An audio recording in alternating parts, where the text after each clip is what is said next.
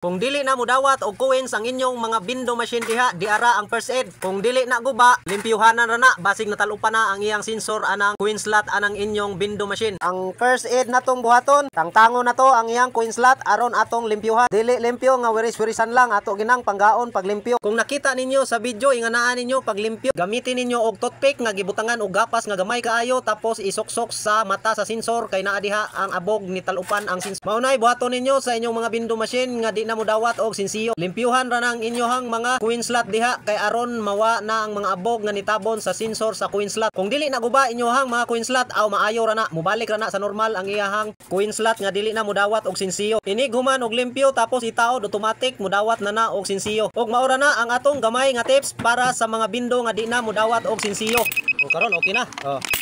Okay. Effective ang atong gibuhat nga paglimpyo sa iyang coin slot. Okay, tanan coins. Okay na tanan. Okay. Ingana ra. So, nana mo idea kung saan ninyo o naay mga problema kung ginagmay ang inyohang mga bindo wifi machine. Dali ra kayo. Basta walay guba ang inyohang mga pisa sa ilawom, limpyo ra gyud ang atong himon ana. Kung di madag limpyo, mo na ang pirmirong guba kana gyud iyang coin slot. Mao nay kasagaran mo guba.